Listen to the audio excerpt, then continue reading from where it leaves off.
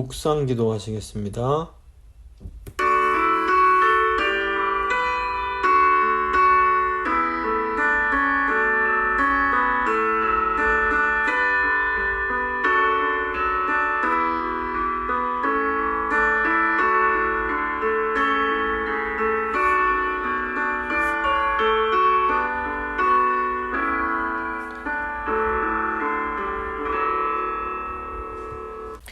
사도신경 고백합니다. 나는 전능하신 아버지 하나님, 천지의 창조주를 믿습니다. 나는 그의 유일하신 아들 우리 주 예수 그리스도를 믿습니다.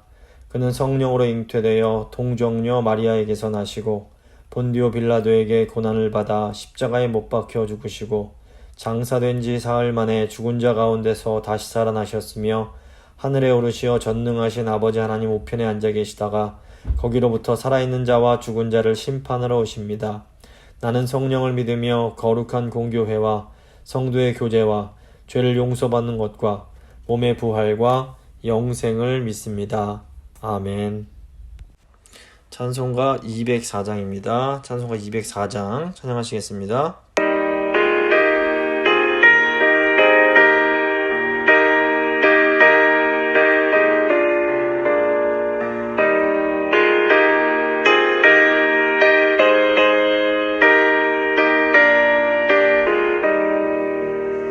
주의 말씀 듣고서 주님 아는 자는 반석 위에 펴갖고 집을 지은 같아 비가 와고 몰라며 바람 부딪혀도 반석 위에 세운 집 무너지지 않네. 잘 짓고 잘 짓세 우리 집 잘 짓세 만세 반석 위에다 우리 집 잘 짓세 주의 말씀 듣고도 행치 않는 자는 모래 위에 떠닫고 집을 지은 같아 비가 오고 몰라며 바람 부딪힐 때 모래 위에 세운 집 그게 무너지네. 잘 짓고 잘 짓세 우리 집 잘 짓세 만세 반석 위에다 우리 집 잘 짓세 세상 모든 사람들 집을 짓는 자니 반석 위가 모래 위에 짓네. 우리 구주 오셔서 지은 산을 짓네. 세운 공로 따라서 영영산벌 주리 잘 짓고 잘 짓세 우리 집 잘 짓세 만세 반석 위에다 우리 집 잘 짓세.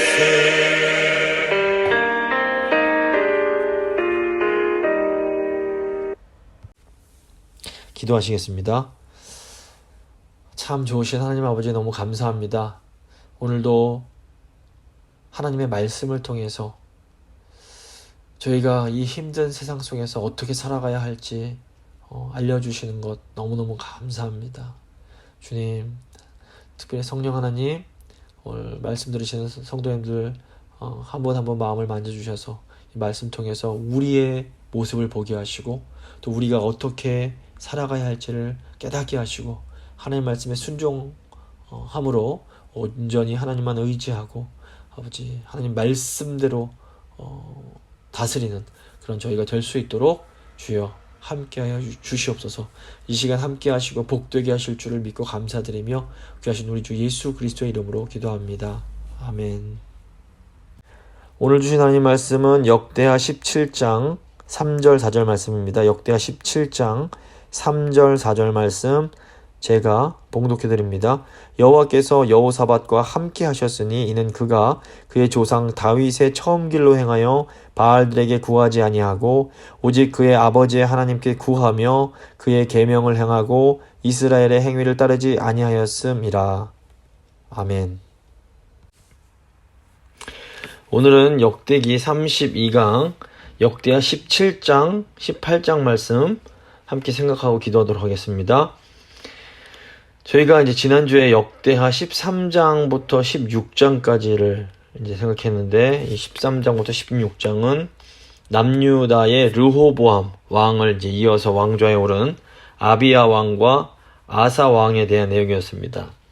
이 아비야와 아사 왕의 이 전쟁의 기록을 통해서 이웃 강대국들의 틈에서 과연 하나님 나라가 승리하는 그 비결이 무엇인지 이것을 저희가 함께 생각했습니다. 27장부터 20장은 그 다윗의 길을 따라갔던 여호사밧 왕에 대한 얘기입니다. 오늘은 17장 18절을 좀 생각해 보겠습니다. 일단 17장은 그 여호사밧의 그런 선정, 좋은 통치에 대해서 한번 살펴보겠습니다. 1절과 2절입니다. 아사의 아들 여호사밧이 대신하여 왕이 되어 스스로 강하게 하여 이스라엘을 방어하되 유다 모든 견고한 성읍에 군대를 주둔시키고 또 유다 땅과 그의 아버지 아사가 정복한 에브라임 성읍들의 영문을 두었더라. 이 아사의 아들인 여호사밧은 왕이 된 후에 이 국방을 튼튼히 하는데 주력하게 됩니다. 역대하 17장부터 20장을 보시면 이 군사와 전쟁에 관련된 얘기가 많이 나옵니다. 이것은 당시 국제 정세가 굉장히 이제 어려웠음을, 이렇게 위험한 부분이 많이 있었음을 보여줍니다. 그래서 오늘 저희 또 18장과 또 20장은 이 여호사밧이 치른 전쟁들에 대한 기록이기도 합니다. 근데 이렇게 국제적으로 어려운 상황 속에서 여호사밧이 어떻게 남유다를 다스려 갔는지 이것이 이제 중요합니다. 3절과 4절입니다. 여호와께서 여호사밧과 함께 하셨으니 이는 그가 그의 조상 다윗의 처음 길로 행하여 바알들에게 구하지 아니하고 오직 그의 아버지의 하나님께 구하며 그의 계명을 행하고 이스라엘의 행위를 따르지 아니하였음이라. 여호사밧이라는 이름의 그 뜻이 무엇인가 하면 주께서 다스리신다라는 의미입니다. 이 여호사밧이 자기 이름에 걸맞게 이 다윗의 길로 행하게 됩니다. 다른 그 다윗 이후의 선왕들처럼 이 바알에게 구하지 않고 오직 하나님께 구하며 하나님 말씀에 그 계명에 순종을 합니다. 하나님께서 이런 여호사밧에게 복을 주시고 그의 길을 이제 형통케 해주십니다. 5절과 6절입니다. 그러므로 여호와께서 나라를 그의 손에서 견고하게 하심에 유다 무리가 여호사밧에게 예물을 드렸으므로 그가 부귀와 영광을 크게 떨쳤더라. 그가 전심으로 여호와의 길을 걸어 산당들과 아세라 목상들도 유다에서 제거하였더라. 그래서 하나님께서 그 여호수아에게 좌로나 우로나 치우치지 말고 나의 율법을 지켜 행해라 이렇게 명령하시면서 그렇게 하면 너의 길이 평탄할 것이다 이렇게 말씀해 주십니다. 그러니까 하나님의 길을 따르면 평탄하게 된다라는 말씀이 어떻게 보면 굉장히 당연해 보입니다. 그런데 실질적으로 이제 밖에서는 막 외세의 위협이 있고 안에서는 막 그 우상숭배가 가득한 이런 상황에서 이렇게 하나님 말씀대로 이렇게 따라서 하나님을 따라가는 길이 그렇게 쉬운 일만은 아닌 겁니다. 근데 여호사밧은 이렇게 외세의 위협 속에서 국방력을 강화해야 하는 그런 상황 속에서도 하나님을 섬기는 일에 정말 최선을 다합니다. 오직 하나님만 섬기는 일에 열심을 내면서 하나님 섬기는 것에 방해되는 것들을 다 제거하기 시작합니다. 그래서 지금 여호사밧이 산당과 아세라 목상을 파괴하는데 이걸 보면 누군가 선 왕 때 그것을 세운 사람들이 있었던 겁니다. 그래서 여호사밧 왕이 이런 우상들을 다 파괴하려고 할 때에 당연히 그 지역적으로는 저항과 반대가 심했다고 볼 수밖에 없습니다. 하지만 여호사밧은 오직 하나님만 섬기는 일을 방해하는 그런 것들을 모두 물리쳐 나갑니다. 그래서 여호사밧은 철저한 신앙적 결단을 통해서 왕권을 강화하고 나라를 굳건하게 하게 됩니다. 결과만 보면 그 신앙적인 결단을 하고 그 개혁을 실천한 여호사밧이 하나님께서 주신 복을 받아서 형통하게 되는 겁니다. 하지만 그 과정이 결코 쉽지 않았다는 것을 저희가 잘 생각해야 할 필요가 있습니다. 그냥 뭐 우상 없애라고 이렇게 쉽게 없어지는 것이 아니라 그 철저한 의지를 가지고 계속해서 이제 이것을 실행했던 겁니다. 근데 이제 여호사밧이 어떻게 이 종교적인 개혁을 실행했는가, 이 방법이 아주 중요합니다. 저에게 가르쳐 주는 것이 많습니다. 7절부터 9절입니다. 그가 왕위에 있은 지 3년에 그의 방백들 벤하일과 오바댜와 스가랴와 느다넬과 미가야를 보내어 유다 여러 성읍에 가서 가르치게 하고, 또 그들과 함께 레위 사람 스마야와 느다냐와 느바댜와 아사헬과 스미라못과 여호나단과 아도니아와 도비야와 도바도니아 등 레위 사람을 보내고, 또 저희와 함께 제사장 엘리사마와 여호람을 보내었더니 그들이 여호와의 율법책을 가지고 유다에서 가르치되 그 모든 유다 성읍들로 두루다니며 백성들을 가르쳤더라. 아주 중요한 부분입니다. 그러니까 여호사밧이 왕위에 오른 지 3년째 되던 해에 굉장히 특별한 조치를 합니다. 여호사밧이 방백들과 레위인들 그리고 제사장들을 한 조로 구성해서 유다 여러 성읍들에 파송을 합니다. 왜 파송을 했는가? 유다 백성들에게 하나님의 율법을 가르쳐주기 위해서였습니다. 성경 보시면 요시야 왕이 백성들을 불러 모아서 유월절 행사를 치르거나 또는 학사 에스라가 사경회를 한 적은 있었습니다. 그런데 이렇게 왕이 특별히 어떤 그 그룹을 꾸려서 어떻게 보면 이 작은 신학교를 군데군데 파송한 것 같습니다. 이렇게 특별히 어떤 그룹을 만들어서 전국적으로 율법 순회 교육을 시킨 경우는 거의 이 여호사밧이 유일하다고 보여집니다. 근데 이제 백성들에게 율법을 가르치려면 보통은 제사장, 율법학자, 레위인을 이제 보냅니다. 그런데 이 명단이 특별한 것은 뭐냐면 방백들, 레위인들, 제사장 순으로 말씀을 가르치게 했다는 겁니다. 이 순서가 뒤바뀐 것처럼 보입니다. 이것은 이 여호사밧 왕이 율법 교육을 국가의 주요 정책으로 삼았으며 강력한 행정 조직을 통해서 모든 백성들에게 이 율법 교육을 철저하게 시켰다는 것을 보여줍니다. 그래서 여기 나오는 이름들이 굉장히 명예로운 그런 이름들이라고 볼 수 있습니다. 여호사밧이 이렇게 제도적인 장치를 통해서 백성들에게 율법을 가르치려고 한 것은 백성들이 하나님의 뜻을 제대로 알 때에 나라가 바로 선다라고 생각을 했기 때문입니다. 그래서 유다의 왕들은 사실 어떻게 보면 그런 현실이라는 그런 장벽 앞에서 어느 정도 가나안 우상들을 산당을 허용해서 백성들을 이렇게 달래주고, 또 외세의 그런 공격에 대해서는 또 강한 나라들과 이렇게 조약을 맺고 이렇게 강대국을 의지해서 그 나라를 지키려고 했습니다. 이런 어떻게 보면 굉장히 현실적이고 그런 상황에서 보면 이 하나님의 말씀을 가르침으로 나라를 개혁하려고 하고 나라를 지키려고 하는 여호사밧의 방법이 너무 순진하고 미련해 보일 수도 있는 겁니다. 근데 이게 오늘날 교회도 마찬가지입니다.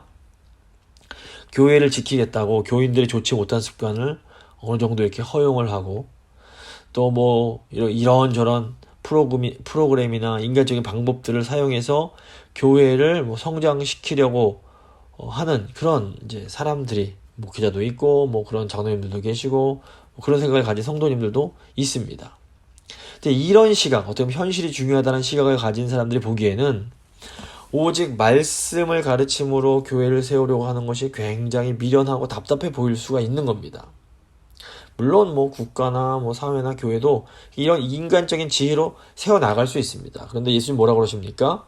하나님 말씀이 아닌 것으로 세우는 것은 모래 위에 집을 지는 것 같아서 큰 홍수가 나면 너무 쉽게 무너져 버린다는 겁니다. 그래서 무엇보다도 하나님의 나라로서의 교회는 하나님의 말씀으로 세워질 때에만 가장 든든하게 설 수 있습니다. 그것이 이제 반석 위에 지은 집처럼 든든하게 될 수가 있는 겁니다. 그래서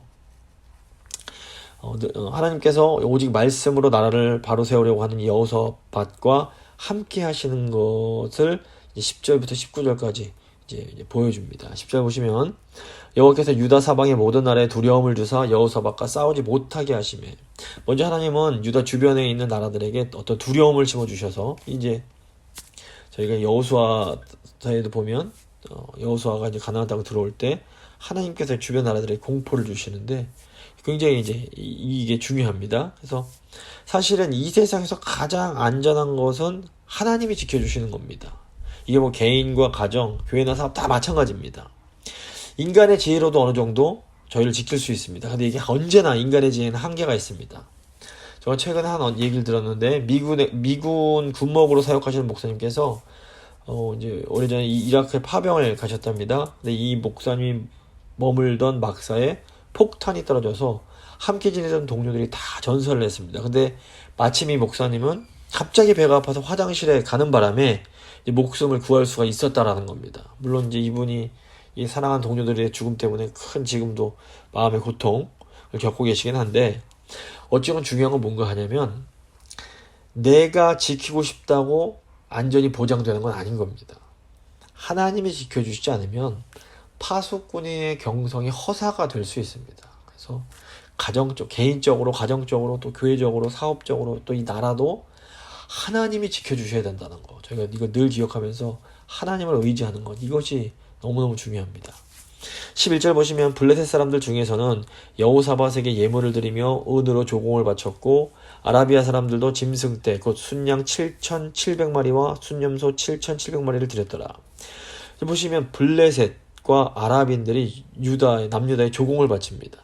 여호사밧이 군대를 앞서서 주변 나라들을 침공한 것도 아니고 그들에게 조공 바치라고 강요했다는 내용조차 나오지 않습니다. 이들이 하나님께서 유다를 지켜주시는 걸 보면서 자발적으로 이렇게 조공을 바치는 겁니다. 이것이 하나님이 유다와 함께 해주셨다는 강력한 증거가 됩니다. 물론 우리가 성실하게 열심히 일하고 노력하는 것 중요합니다. 하지만 또 내가 열심히 노력한다고 100% 뭐 돈도 잘 벌고 이게 다 성공하고 이게 보장되는 게 아닌 겁니다. 하나님이 도와주셔야 건강도 지킬 수 있고 안전도 보호되고 또 물질도 얻을 수가 있는 겁니다. 그렇게 이 영적 원리를 아는 분들은 참 지혜롭게 먼저 하나님의 나라와 하나님의 의의를 구하는 겁니다. 그 일을 기뻐하며 하는 겁니다. 뭐 내가 이거 하면 하나님 주시겠지 이런 마음이 아니라 하나님을 사랑하는 마음으로 하나님의 말씀대로 살다 보면 하나님이 다른 것들을 채워주시는 것들을 경험할 수가 있게 되는 겁니다. 성도님들이 이걸 다 경험하셨으면 좀 좋겠습니다. 12절 13절 보시면 여호사밧이 점점 강대하여 유다의 견고한 요새와 굳고성을 건축하고 유다 여러 성 공사를 많이 하고 또 예루살렘에 크게 용맹스러운 군사를 두었으니 여호사밧이 다스리는 유다가 날이 갈수록 점점 부강해져 갑니다.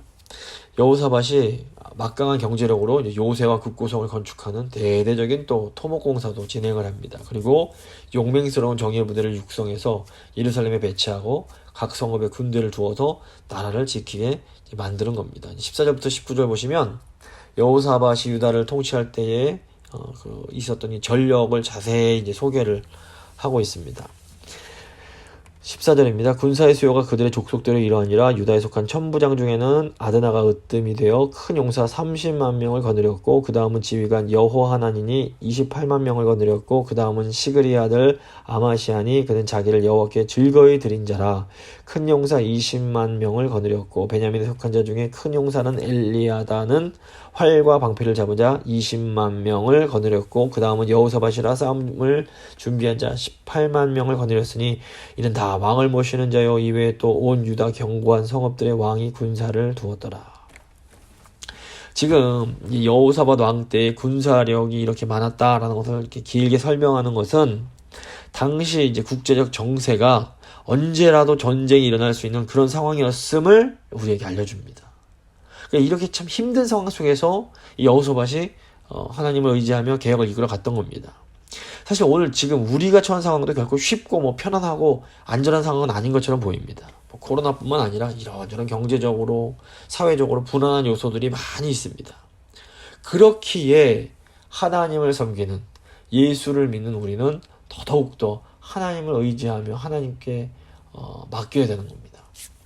18장을 보시면 여호사밧과 그 북이스라엘의 아합 왕에 대한 내용이 나옵니다. 저희가 이제 이걸 그 열왕기상 22장에서도 이제 이 내용을 함께 이제 살펴본 적이 있었는데, 오늘은 그 이제 어떻게 보면 여호사밧을 좀 더 중점을 두고 보도록 하겠습니다. 여호사밧이 남유다를 통치할 때에 이 북이스라엘은 그 유명한 그 이세벨의 남편 아합 왕이 통치를 하고 있었습니다. 1절 보시면 여호사밧이 부귀와 영광을 크게 떨쳤고 아합 가문과 혼인함으로 인척관계를 맺었더라.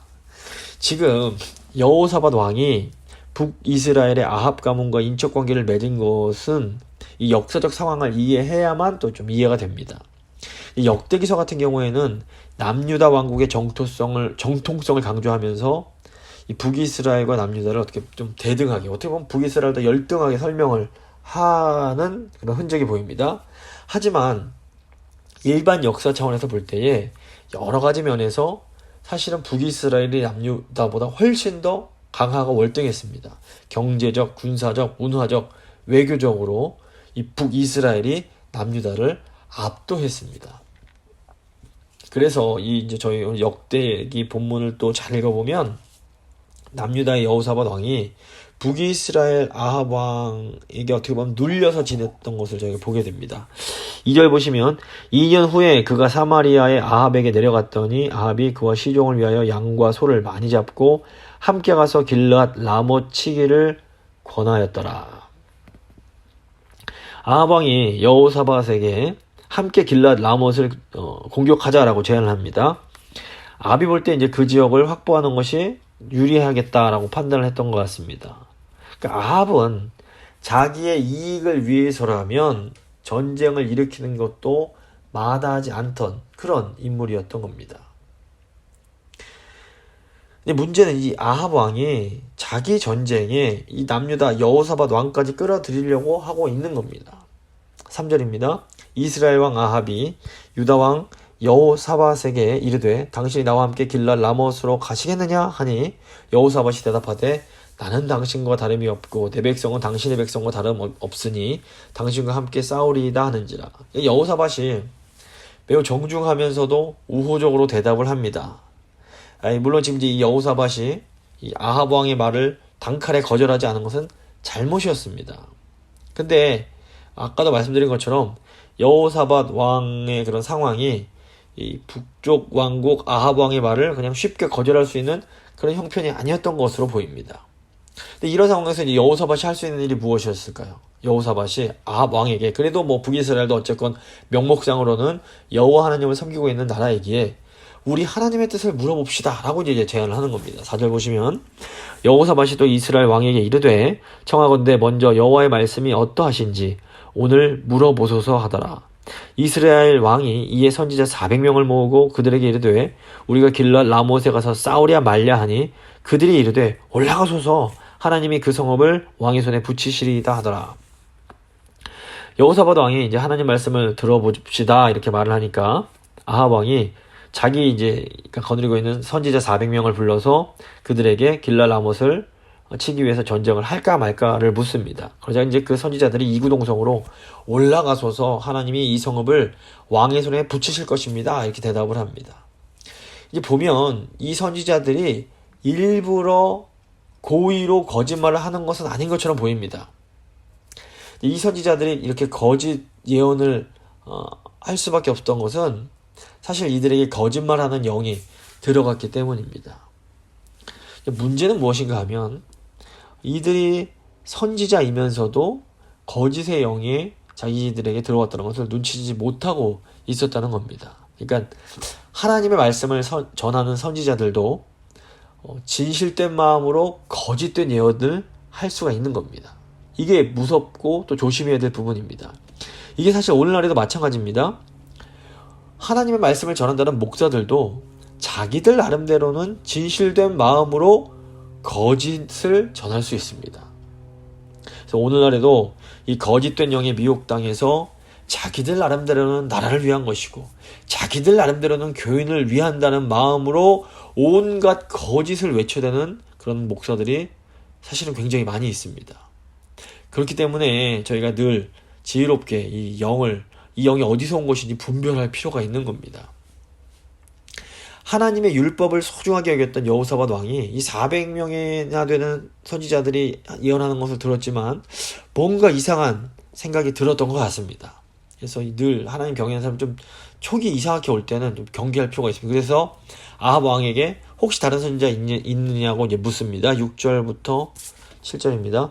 여호사밧이 이르되 이 외에 우리가 물을 만한 여호와의 선지자가 여기 있지 아니하니까 하니 이스라엘 왕이 여호사밧에게 이르되 아직도 이물라의 아들 미가야 한 사람이 있으니 그로 말미암아 여호와께 물을 수는 있으나 그는 내게 대하여 좋은 일로는 예언하지 아니하고 항상 나쁜 일로만 예언하기로 내가 그를 미워하나이다 하더라.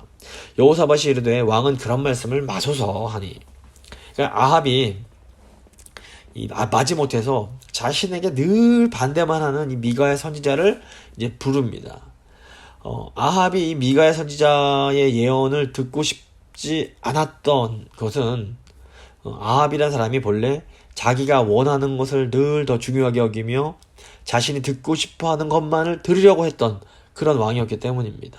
그런데 여호사밧은 어떤 왕입니까? 하나님이 원하시는 것을 중요하게 여기고 하나님이 말씀하시는 것을 듣고 싶어 했던 왕인 겁니다. 그래서 여호사밧이 이제 아합을 좋은 말로 설득해서 결국 아합이 이 미가야 선지자를 부르게 만듭니다. 8절 보시면 이스라엘 왕 즉 아합이 한 내시를 불러 이르되 이물라의 아들 미가야를 속히 오게 하라 하니라. 그리고 이제 9절부터 11절 보시면 400명의 거짓 선지자들이 어떻게 예언을 했는지에 대한 내용이 이렇게 묘사가 되어 있습니다. 9절부터 11절입니다.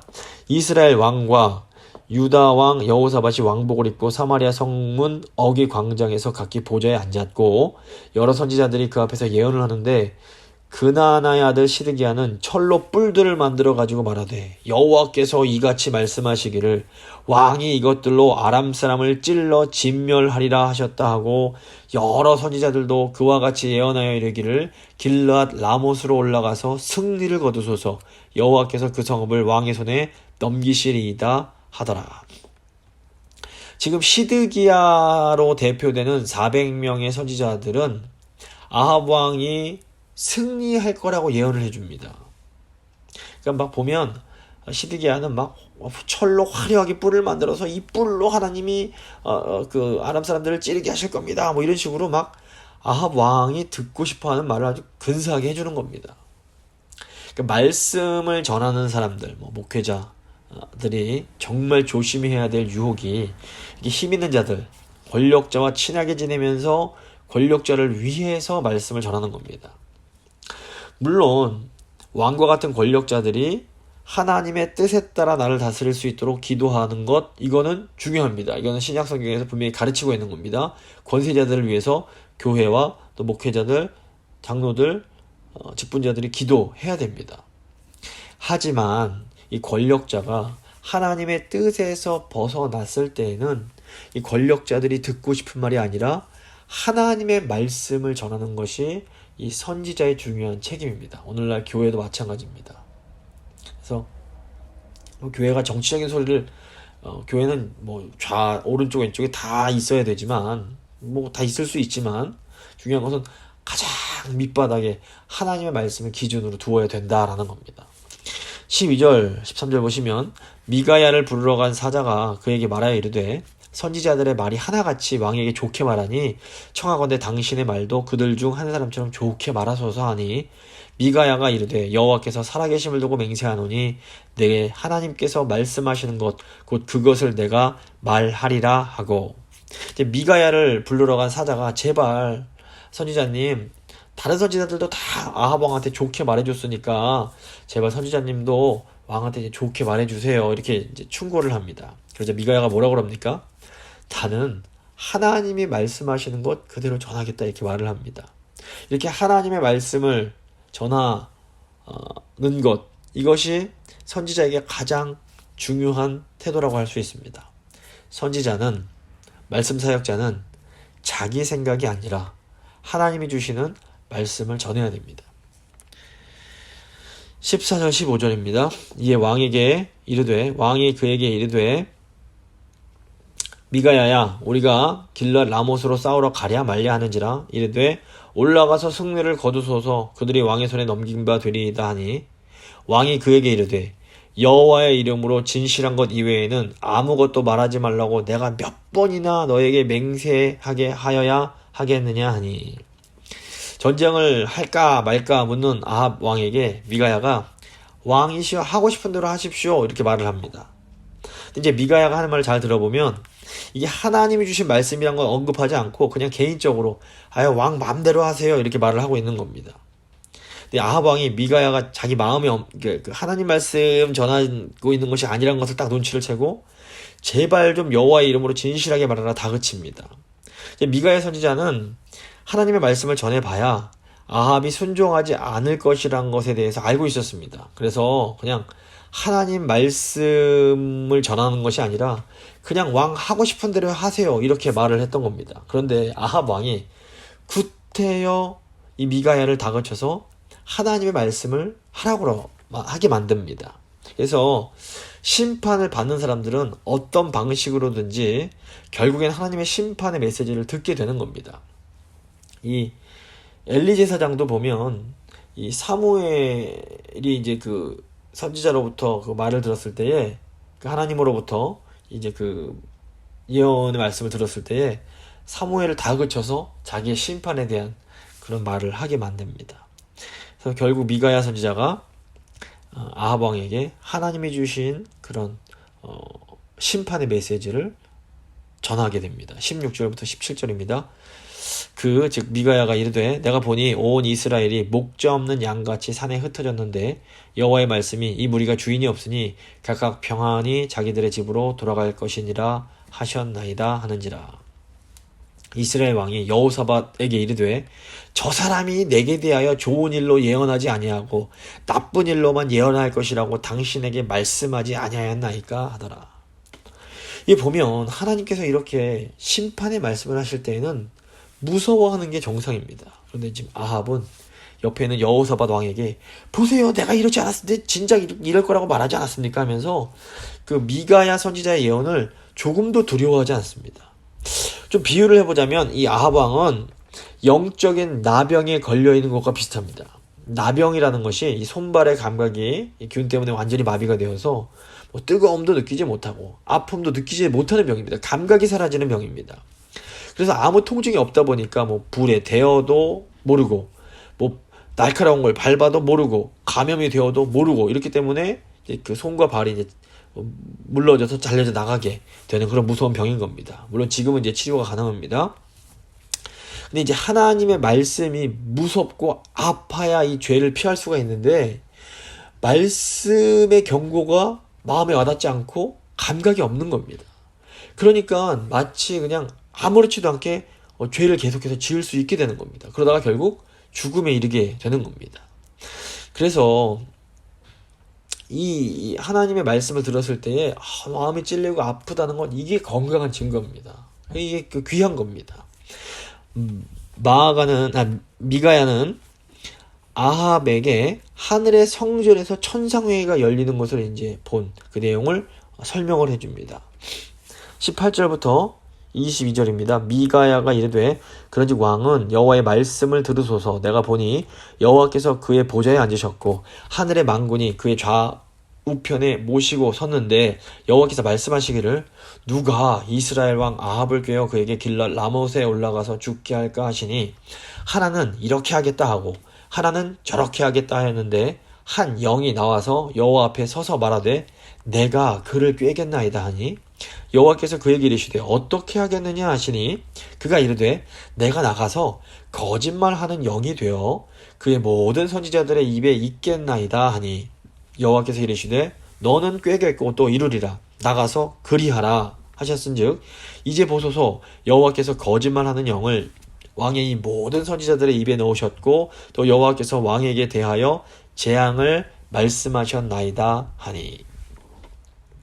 지금 보면 이제 미가야 선지자가 천상에 있는 그런 회의에 여호와 하나님을 모시고 있는 그런 회의에 대한 환상을 보는데, 이사야 선지자도 이 천상 회의의 광경을 목격했고, 요한계시록 보셔도 사도 요한이 하늘 성전에 대한 이런 천상 회의에 대한 내용을 본 그런 내용이 나옵니다.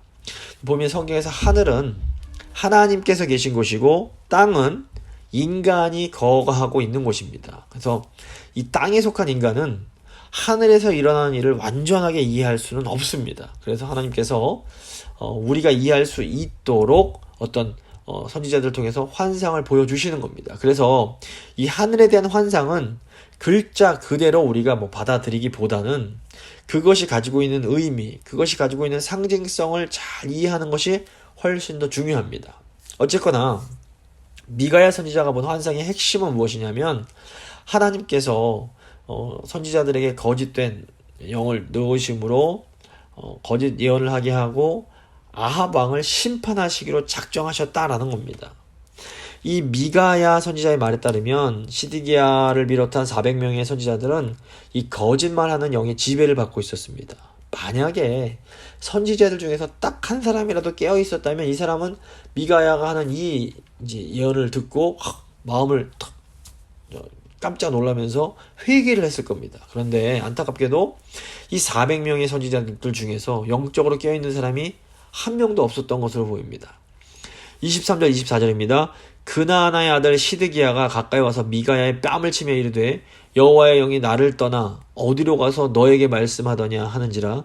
미가야가 이르되 네가 골방에 들어가서 숨는 바로 그날에 보리라 하더니. 이 400명 선지자들의 대표에 해당하는 시드기야가 미가야 선지자의 뺨을 때리면서 하나님의 영이 나를 떠나서 어디로 가서 너에게 말씀하시더냐 라면서 큰 소리를 뻥뻥 칩니다. 이런 난폭함과 인격적 오만과 독선이 바로 거짓 선지자들의 중요한 인격적 특징입니다. 이 종교적 확신은 사람들의 마음을 사로잡는 매력이 있습니다. 그래서 보면 막 큰 소리 치는 사람들, 내가 하나님의 음성을 들었다, 이렇게 하면 된다, 이렇게 세게 말하는 사람들이 굉장히 매력적으로 보일 수 있습니다. 하지만 어떤 사람이 강한 확신을 가지고 말한다고 그 말이 항상 진리는 아닌 겁니다. 최근 한국 사회에 무리를 일으키고 있는 이단들이나 또는 이단에 가까운 주장을 하는 그런 목사들이 하는 행동들을 보면 자기들이 마치 어떤 진리를 소유했다는 아주 강한 확신을 가지고 있는 것을 볼 수 있습니다. 이런 확신에 찬 사람들은 시드기야처럼 아주 폭력적인 말과 행동하는 것을 주저하지 않습니다. 기독교 신앙은 그런데 아주 전인적이어서 관계적이어서 위로는 하나님을 잘 섬기지만 또 옆에 있는 이웃과 또 자연 모두를 이게 조화롭게 잘 사랑하면서 돌봅니다. 그래서 가족이나 어떤 공동체를 배려하지 않고 강하게 아주 내 입장만 고집하는 이런 신앙을 가진 사람들은 절대로 건강하고 아름다운 신앙을 가진 것이 아닙니다. 신앙이 세 보인다고 좋은 신앙이 아닙니다. 정말 센 신앙은 하나님도 사랑하지만 이웃과 자연도 다 사랑하면서 품을 수 있는 신앙입니다. 그래서 이런 고집스러운 신앙의 모습을 보실 때에는 신앙 좋네 이렇게 생각하시는 것이 아니라 이거 건강하지 못하네, 조심해야겠나, 이렇게 생각하시는 것이 더 필요합니다. 25절 26절 보시면 이스라엘 왕이 이르되 미가야를 잡아 시장 아몬과 왕자 요아스에게로 끌고 돌아가서 왕이 이같이 말하기를 이 놈을 옥에 가두고 내가 평안히 돌아올 때까지 고난의 떡과 고난의 물을 먹게 하라 하셨나이다 하니. 영적인 나병에 걸려버린 아합 왕은 처음부터 사실 미가야 선지자 말을 들을 마음이 없었습니다. 그래서 아합은 자신에게 이제 심판받아 전사할 것이라고 말한 미가야를 비웃으면서 내가 전쟁에서 평안히 돌아올 때까지 너 고생 좀 하고 있어, 이렇게 말을 합니다. 그러니까 아합은 자신이 죽을 사람이 아니고 도리어 미가야가 죽을 거라고 생각을 했던 겁니다. 근데 이런 불신앙과 무지한 고집이 결국 아합을 죽음으로 몰고 가게 됩니다. 27절 보시면 미가야가 이르되 왕이 참으로 평안히 돌아오시게 된다면 여호와께서 내게 말씀하지 아니하셨으리이다 하고 또 이르되 너희 백성들아 다 들을지어다 하니라. 미가야 선지자는 아합이 자신의 말을 듣지 않고 심판을 받아 멸망하게 될 거라는 것 알고 있었습니다. 하지만 그럼에도 미가야 선지자는 하나님께서 주신 이 말씀을 전하고 자기가 핍박받는 것을 감수하는 이런 마음을 가지고 있었던 겁니다. 결국 어떻게 보면 이것이 선지자의 사명이라고 할 수 있습니다. 그러니까 선지자가 말씀을 전한다 해도 그 상황이 금세 확 요나처럼 이렇게 바뀌지 않을 수 있습니다. 그럼에도 하나님께서 주신 말씀이기에 왕과 백성들에게 선포해야 하는 것, 이것이 이제 선지자의 사명인 겁니다. 오늘날 교회가 이 사명을 갖고 있습니다. 세상이 듣지 않을 수 있습니다. 세상이 교회가 전하는 하나님의 말씀을 듣고도 변하지 않을 수 있습니다. 끝까지 심판으로 갈 수도 있습니다. 하지만 교회는 그럼에도 불구하고 세상이여 들으라, 하나님께서 이렇게 말씀하신다라고 외치는 그런 역할을, 이 사명을 감당해야 되는 겁니다. 28절 29절 보시면 이스라엘 왕과 유다 왕 여호사밧이 길라 라못으로 올라가니라. 이스라엘 왕이 여호사밧에게 이르되 나는 변장하고 전쟁터로 들어가려 하노니 당신은 왕복을 입으소서 하고 이스라엘 왕이 변장하고 둘이 전쟁터로 들어가니라. 아합이 미가야에게는 큰 소리 쳤지만 마음이 쓰였는지 자기는 변장을 하고 여호사밧에게는 왕복을 입힙니다. 이 겉으로는 큰 소리를 쳐도 은근히 신경을 쓰는, 이것이 이제 나약한 인간의 모습입니다. 30절 보시면 아람 왕이 그의 병고 지휘관들에게 이미 명령하여 이르기를 너희는 작은 자나 큰 자나 더불어 싸우지 말고 오직 이스라엘 왕하고만 싸우라 한지라. 아람 왕이 마치 하나님의 예언을 듣고 그것을 순종하려는 것처럼 딴 거 싸우지 말고 아합 왕 한 명만 노려, 이렇게 명령을 합니다. 이게 하나님의 말씀이 정말 무서울 정도로 정확하게 성취가 되는 겁니다.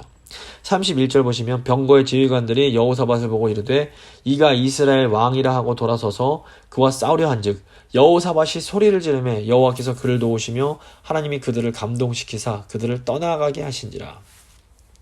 아람 군인들이 처음에는 왕복을 입은 여호사밧 왕을 아합 왕으로 착각하고 공격을 합니다. 근데 이때 하나님께서 여호사밧을 보호해 주십니다. 바로 여기에 하나님의 큰 자비의 모습을 이제 나타납니다. 하나님은 여호사밧 왕이 어쩔 수 없이 정말 이런 상황들 때문에 아합 왕을 따라서 전쟁에 나왔다는 것을 알고 계셨습니다. 다윗 왕도 보면 사울 왕에게 쫓겨서 블레셋 가드 왕을 섬겨야 했을 때가 있었습니다.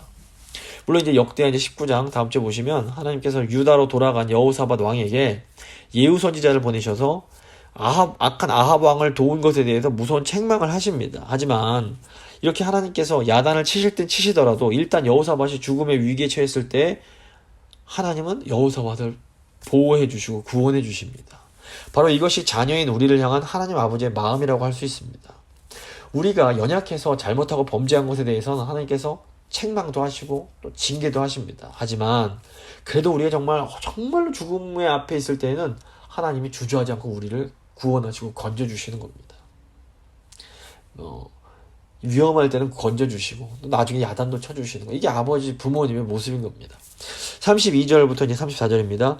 병거의 지휘관들이 그가 이스라엘 왕이 아님을 보고 추격을 그치고 돌아갔더라. 한 사람이 무심코 활을 당겨 이스라엘 왕의 갑옷 솔기를 쏜지라.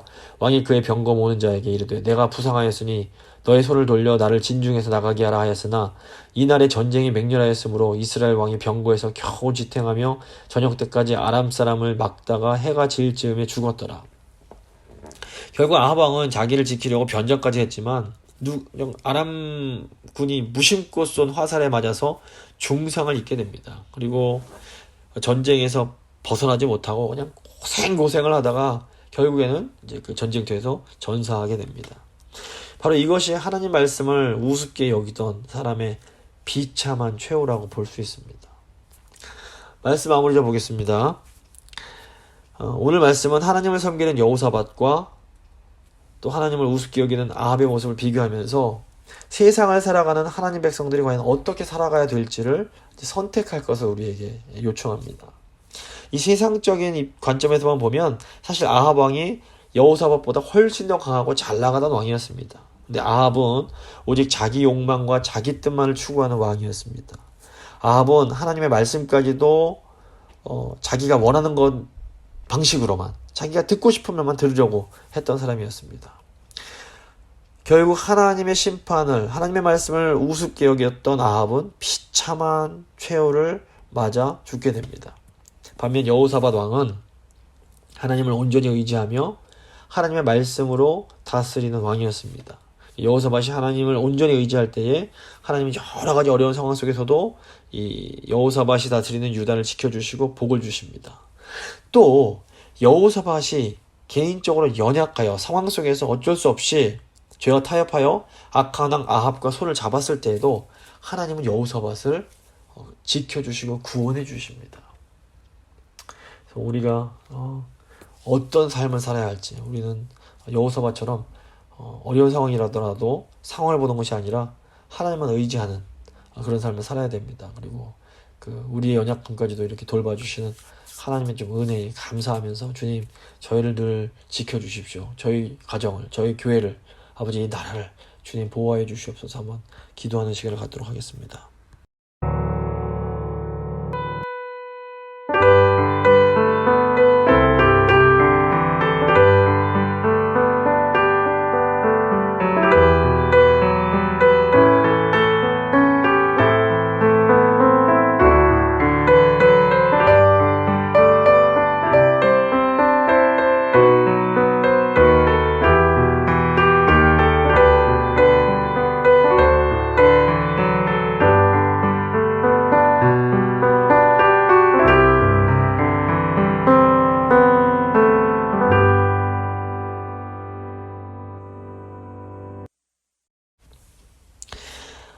하나님 아버지 감사합니다. 오늘 말씀 통해서 저희가 이 험난하고 흔들리는 세상 속에서 어느 길로 가야 할지 알려주신 것 참 감사합니다.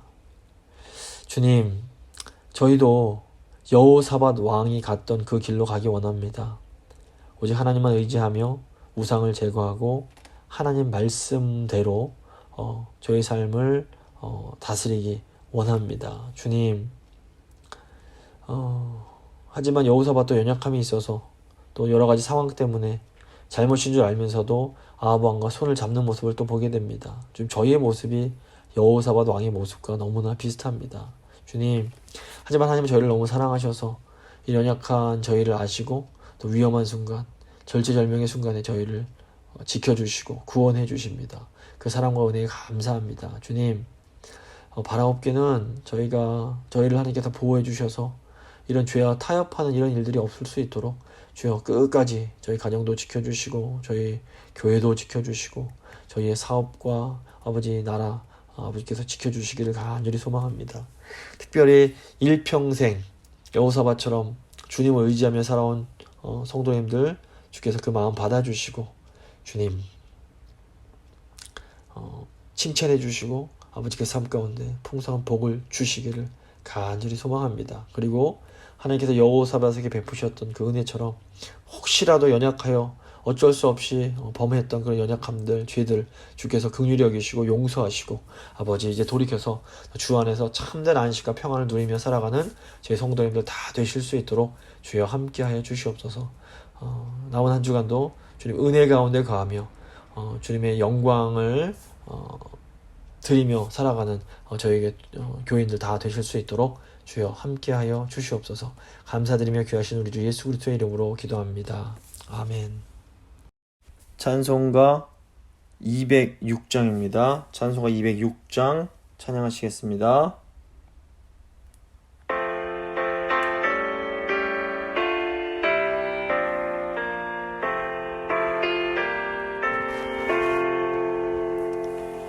주님의 귀한 말씀은 내 발의 빛이요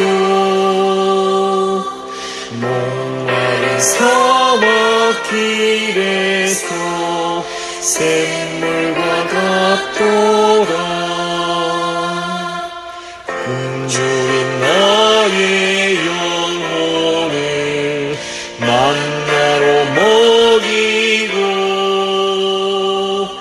내가 그 밝게 비추니 그 말씀 귀하다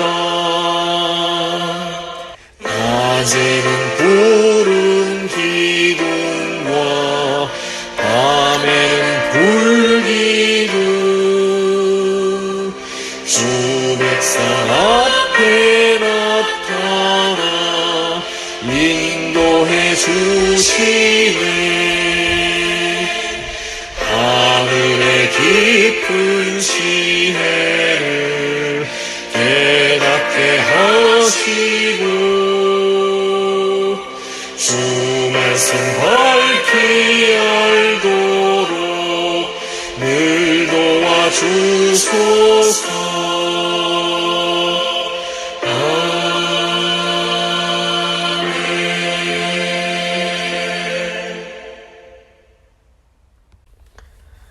주님 가르쳐 주신 기도로 예배 마치도록 하겠습니다.